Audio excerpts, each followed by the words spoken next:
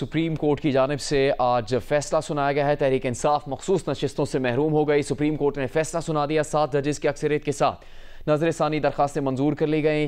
मुख्तसर फैसले में कहा गया है कि तमाम सिविल नजरसानी दरखास्तें मंजूर की जाती हैं। 12 जुलाई 2024 का अक्सरियती फैसला कलअदम करार दिया जाता है। पेशावर हाई कोर्ट का फैसला बहाल कर दिया गया।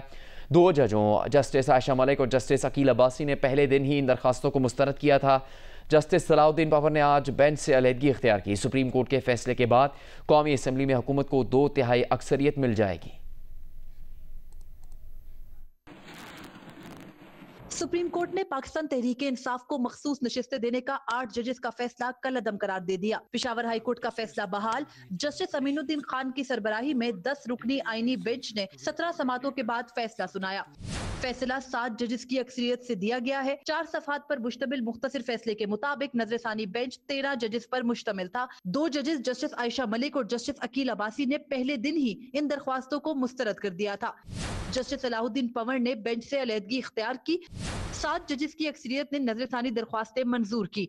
इनमें justice Aminuddin Khan, justice Naeem Akhtar Afghan, justice Musarrat Hilali, justice Hashim Kakar, justice Shahid Bilal Hasan, justice Amir Farooq और जस्टिस अली बाकिर नजफी शामिल हैं। जस्टिस जमाल मंदोखेल ने 41 नशिस्तों पर नजरसानी का फैसला दिया। उनका 39 नशिस्तों पर पुराना हुक्म बरकरार रहेगा। सुप्रीम कोर्ट के फैसले से अब हुक्मरान इत्तेहाद को कौमी असेंबली में 2/3 अक्सरियत हासिल हो गई है। कौमी और सूबाई असेंबली की कुल 77 मखसूस नशिस्तें हैं जो अब हुक्मरान इत्तेहाद को मिलेंगी। कौमी असेंबली की 22, सूबाई असेंबलियों की 55 नशिस्तें हुकूमती इत्तेहाद को मिल गई।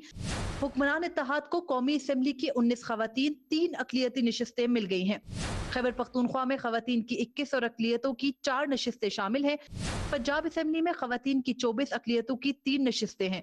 सिंध असेंबली में खवातीन की 2 जबकि 1 अकलियती नशिस्त हुक्मरान इत्तेहाद को मिलेगी। मरियम नवाज, जियो न्यूज, इस्लामाबाद।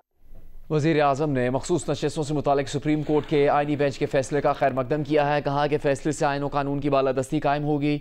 कानून की दुरुस्त तशरीह हुई। अपोजिशन हुकूमत के साथ मिलकर मुल्क की तरक्की और खुशहाली के लिए अपना मस्बत किरदार अदा करे।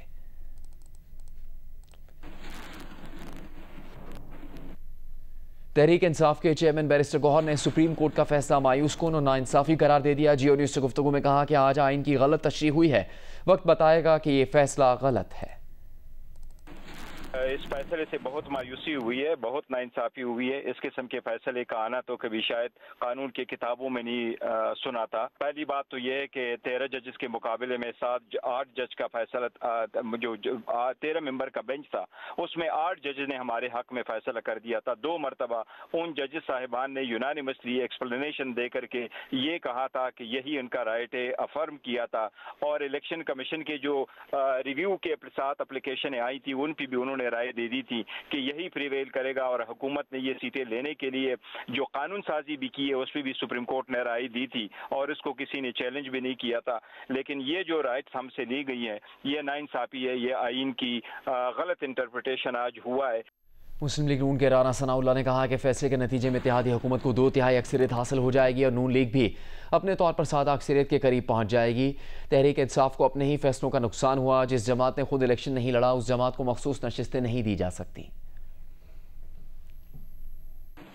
इस फैसले से कोलिशन गवर्नमेंट को जो है वो कोलिशन को जो है वो 2/3 मेजॉरिटी जो है वो हासिल हो जाएगी और पीएमएलएन भी अपने तौर पे एक सिंपल मेजॉरिटी के काफी करीब जो है वो पहुंच जाएगी। इसमें कॉन्स्टिट्यूशन, रेलेवेंट इलेक्शन रूल्स बड़ी वजाहत रखते हैं कि एक ऐसी जमात जिस जमात ने ना इलेक्शन लड़ा हो, जिस जमात का ना कोई मेंबर जो है वो पार्लियामेंट में मौजूद हो, बल्कि उस जमात के सरबराह ने खुद उस जमात के टिकट से इलेक्शन लड़ना जो है वो मुनासिब ना समझा हो, तो उस जमात को इस जो है वो लॉ के तहत जो है वो नशिस्तें जो है वो नहीं दी जा सकती। और सुन्नी तहरीक की ऐसी ही सूरत हाल थी। दरिया स्वात में आज सुबह सैलाबी रेला सयाहों को बहा ले गया। नाश्ता करने और सेल्फियां लेने के लिए दरिया के खुश्क हिस्से में मौजूद सयाह अचानक पानी आ जाने के बाद मदद के लिए पुकारते रह गए। पानी का बहाव इतना तेज़ था कि सबको बहा ले गया। ऐनी शाहिद का कहना है कि अचानक आवाज़ें आई कि लोग फंस गए हैं। हम लोग एक दूसरे को फ़ोन करते रहे, 1.5 घंटे तक लोग फंसे रहे। डिप्टी कमिश्नर के मुताबिक दरिया स्वात में डूबने वाले 17 में से 9 अफराद की लाशें मिल गई हैं, 4 को बचा लिया गया, जबकि 4 अफराद की तलाश जारी है। दरिया स्वात के हादसे में डूब जाने वाले 10 में से 9 अफराद की लाशें निकाल ली गई हैं। सियालकोट के रिहायशी इस ख़ानदान के बारे में बता रहे हैं जियो न्यूज़ की नुमाइंदे उमर एजाज।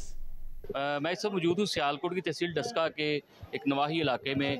गुज़श्ता रात यहाँ से ये 14 अफराद एक ही गाड़ी में सवार होकर यहाँ से गए सैर तफरी के लिए, और जब वो सवात पहुँचे तो उनको एक दर्दनाक हादसे का सामना करना पड़ा। मैं इस वक्त जिस इलाके में मौजूद हूँ यहाँ पर पूरा इलाका जो है इस वक्त गम से नडाल है। यहाँ पर सोग का समा है, हर आंख अश्कबार है। इस ख़ानदान से उनका दुख बांटने के लिए यहाँ पर उनके मोहल्लेदार, रिश्तेदार सब यहाँ पर मौजूद हैं।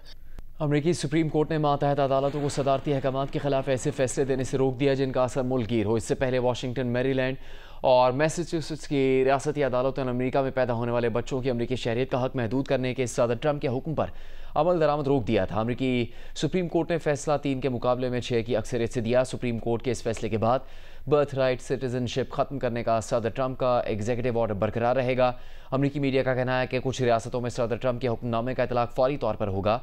अमरीकी सदर ट्रंप का कहना है कि अमरीकी सुप्रीम कोर्ट का फैसला उनकी बहुत बड़ी फतह है।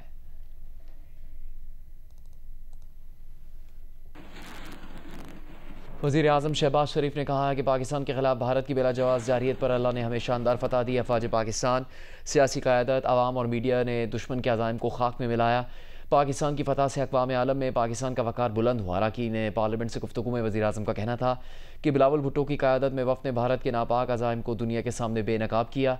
ईरान पर इसराइली जारियत के दौरान पाकिस्तान ने ईरानी हुकूमत और आवाम के साथ इज़हार एकजहती किया। इसराइल ईरान तनाज़े के हल से ख़त्ते में अमन और खुशहाली के दरवाजे खुलेंगे। वज़ीर आज़म ने कहा कि इत्तेहादी जमातों ने बजट की मंजूरी में अहम किरदार अदा किया, जिस पर उनके शुक्रगुजार हैं। सबको मिलकर पाकिस्तान की मुआशी तरक्की के लिए दिन रात मेहनत करनी है। यकीन है यही मिसाली इत्तेहाद पाकिस्तान की मुआशी तरक्की को यकीनी बनाएगा।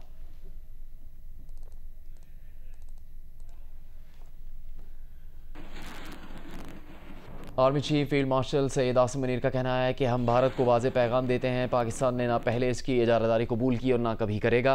दहशतगर्दी भारत का अंदरूनी मसला है जो इसका अपनी अक़लियतों और बिलखुसूस मुसलमानों पर मुतासिबाना और ज़ालिमाना रवैयों का नतीजा है। ख़ित्ते में दहशतगर्दी का सबसे बड़ा सरपरस्त हिंदुस्तान है। अफ़गानिस्तान से एक ही तकाजा करते हैं कि वो भारत के दहशतगर्दाना प्रॉक्सीज़, फितनाउल हिंदुस्तान और फितनाउल ख़वारिज को जगह ना दें। देखिए ज़मीन ज़हरा की रिपोर्ट।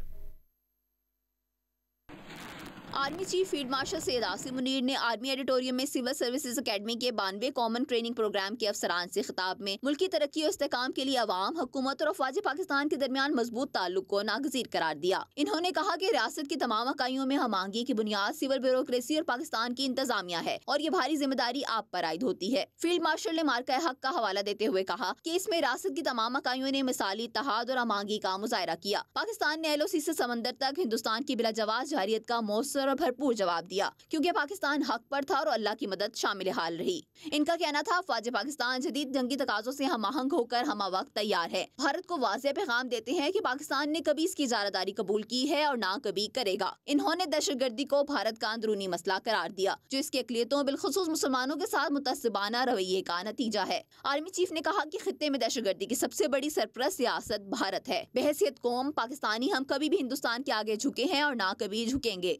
अफगानिस्तान के साथ अच्छे ताल्लुकात चाहते हैं, ताहम उनसे एक ही तकाजा है कि वो हिंदुस्तान की दहशतगर्दाना प्रॉक्सीज, फितनतुल हिंदुस्तान और फितना ख्वारिज को जगह ना दें। आर्मी चीफ आसिम मुनीर ने नौजवान अफसरान पर जोर दिया कि वो जाती, लिसानी या इलाकाई शनाख्त से बुलंद होकर पाकिस्तानियत को अपनाएं। हर निज़ाम में मसाइल और कमजोरियां होती हैं, यह आपका काम है कि कमजोरियों और मनफी कुव्वतों को निज़ाम पर हावी ना होने दें। फील्ड मार्शल ने अफसरान को नसीहत की कि वो अपने अंदर जुर्रत, काबिलियत और किरदार पैदा करें और अगर कभी किसी एक खूबी का इंतखाब करना पड़े तो हमेशा किरदार को तरजीह दें। ज़मीन ज़हरा, जियो न्यूज़, इस्लामाबाद। वफाकी हुकूमत ने सालाना अबूरी महसूलात के आदाद-ओ-शुमार जारी करने पर पाबंदी लगा दी है। ज़राए के मुताबिक IMF प्रोग्राम के तहत मुकम्मल या जुज़वी आदाद-ओ-शुमार किसी शख्स या इदारे से शाया करने पर पाबंदी होगी। आवाम, मीडिया या किसी भी बैरूनी फ़रीक के साथ आदाद-ओ-शुमार शेयर नहीं किए जाएंगे। महसूलात जारी करने के लिए वज़ारत ख़ज़ाना की पेशगी और वाज़ेह मंजूरी लाजमी लेनी होगी। इजाज़त के बगैर अबूरी आदाद-ओ-शुमार जारी करना प्रोग्राम की राजदारी की खिलाफ वर्जी तस्वुर किया जाएगा। ज़राए के मुताबिक कबल इस वक्त अबूरी आदाद-ओ-शुमार का इजरा IMF के जायज़ा अमल को मुतासर कर सकता है।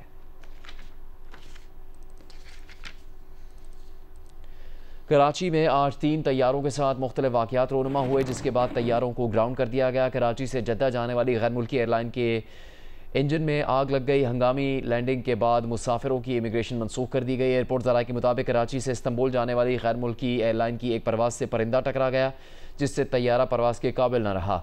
परिंदा टकराने का दूसरा वाक़या कुछ ही देर बाद लाहौर से आने वाली निजी फ़ज़ाई कंपनी के तैयारे के साथ लैंडिंग के वक्त पेश आया। तीनों वाक़यात में मुसाफिर महफूज रहे। कराची के मुख्तलिफ इलाकों में आज भी दिन भर वक्फे से बारिश होती रही। महकमा मौसमियात के मुताबिक सबसे ज़्यादा सुरजानी टाउन में 16 मिलीमीटर बारिश रिकॉर्ड की गई।